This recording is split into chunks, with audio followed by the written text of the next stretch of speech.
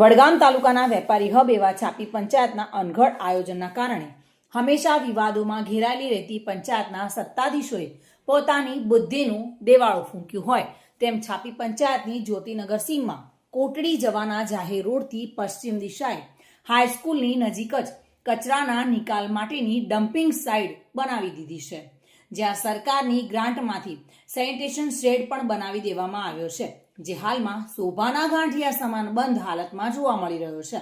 અને ખાસ તો આ જગ્યાએ ઘન કચરાનો નિકાલ કરવા માટે ઉપયોગમાં લેવામાં આવે છે, પરંતુ છાપી પંચાયત દ્વારા કચરાનું કલેક્શન કરતા સાધનોમાં છાપી તથા છાપી હાઈવે પર આવેલા કતલખાના અને મટન ચિકન શોપ તથા હોટલોમાંથી કચરાની સાથે સાથે પ્રાણીઓના કટિંગ તથા વેસ્ટ પણ નાખી દેવાના કારણે આખું ડમ્પિંગ વિસ્તાર દુર્ગંધથી ખદબદી રહ્યું છે. છાપી આજુબાજુના કોટડી, ફતેગઢ, પસવાદળ, નાનોસણા તરફથી રોજ છાપીમાં કામ ધંધા અર્થે આવતા લોકોને દુર્ગંધથી પીડાવાનો અને આ દુર્ગંધથી મોટો રોગચાળો થવાની ભીતિ સેવાઈ રહી છે. ત્યારે ગુજરાત પોલ્યુશન કંટ્રોલ બોર્ડ અને બનાસકાંઠા પ્રદૂષણ નિયંત્રણ બોર્ડના અધિકારીઓએ આ જગ્યાની રૂબરૂ મુલાકાત કરી જવાબદારો સામે શિક્ષાત્મક કાર્યવાહી કરાય તેવી લોકોની માંગ ઉઠવા પામી છે. હેડો ને હા, એટલે એકદમ દુર્ગંધ મારે અને એકદમ ઘાસ ખરાબ આવે, ઉલટી વળે એમ થાય અને એકદમ મગજ બેચેન જેવું થઈ જાય.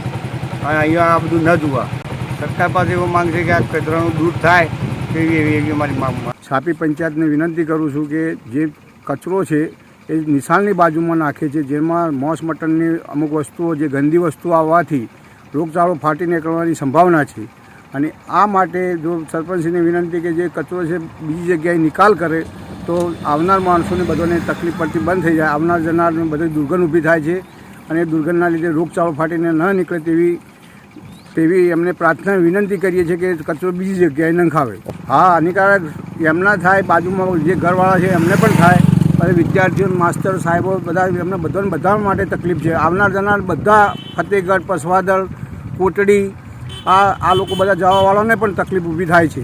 વડગામ તાલુકાના છાપી મુકામે છાપીથી કોટડી જવાના રસ્તા ઉપર આવેલી એક સ્કૂલની પાસે છાપી ગ્રામ પંચાયત દ્વારા ડમ્પિંગ સાઇટ બનાવવામાં આવી છે. આ ડમ્પિંગ સાઇટ ઉપર મૂળભૂત ઘન કચરાનો નિકાલ કરવામાં આવતો હોય છે, પરંતુ જે છાપી ગ્રામ પંચાયત દ્વારા જે ટ્રેક્ટર કચરાના નિકાલ માટે જે ટ્રેક્ટરો ફેરવી રહ્યા છે એ ટ્રેક્ટરોની અંદર મૃતપાય હાલતમાં અથવા જે કટિંગ થયેલા અવશેષો હોય છે એક અવશેષો મળી આવેલ છે.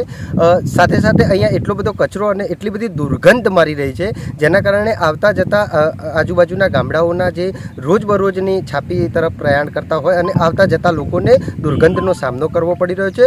સ્વાસ્થ્ય માટે બહુ જ હાનિકારક હોય એવા અનેક રોગો પણ ફૂટી નીકળે એવી પરિસ્થિતિ ઊભી થઈ છે. છાપી પંચાયત દ્વારા કચરાનો નિકાલ કરવા માટે જે ગાડી ફેરવવામાં આવી રહી છે એ ગાડીની અંદર જે કટિંગ થયેલા એટલે કે મરઘી હોય, મછલી હોય અથવા પાડા અથવા કોઈ પણ જાતના પશુઓના અવશેષો જે અંદર નાખી દેવામાં આવે છે. છાપી પંચાયત દ્વારા પણ અમે અનેકવાર રજૂઆત કરેલી હતી, તેમ છતાં તેઓએ માત્ર ને માત્ર નોટિસ આપીને પોતાના હાથ અધ્ધર કરેલા છે. અને આ જે પશુઓના મૃતપાય હાલતોની અવશેષોના કારણે અહીં કૂતરા, ભૂંડ અને અનેક પ્રકારના જે માંસાહારી જાનવર હોય છે તેઓ અહીંયા આવતા રહે છે અને એના કારણે અકસ્માતનો પણ ભય રહે છે.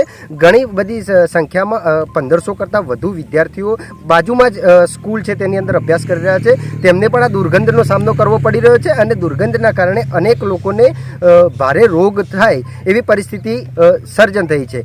સાથે સાથે જીપીસીબી એટલે કે ગુજરાત પોલ્યુશન કંટ્રોલ વિભાગ જે હોય છે એ પણ અહીંયા નિષ્ક્રિય હાલતમાં દેખાઈ રહ્યું છે. જીપીસીબીના અધિકારીઓને મીડિયા માધ્યમથી ખાસ વિનંતી છે કે તમે તાત્કાલિક ધોરણે છાપીથી કોટડી જવાના રસ્તા ઉપર જે ડમ્પિંગ સાઇટ છે તેની મુલાકાત લો અને અહીંયા આવીને પ્રત્યક્ષ જોઈ શકો છો કે અહીંયા કેટલી બધી દુર્ગંધ મારી રહી છે. અત્યારે આપણે અહીં ઊભા રહીને વાત કરી રહ્યા છે ત્યારે પણ આપણું માથું ફાટી જાય એવી દુર્ગંધ આવી રહી છે. આશા રાખીએ છીએ કે બનાસકાંઠા કલેક્ટર સાહેબ શ્રી આ બાબતે યોગ્ય કાર્યવાહી કરી અને તાત્કાલિક ટીમ બનાવી અને આ વસ્તુનો અને આ સમસ્યાનો નિકાલ લાવી શકશે.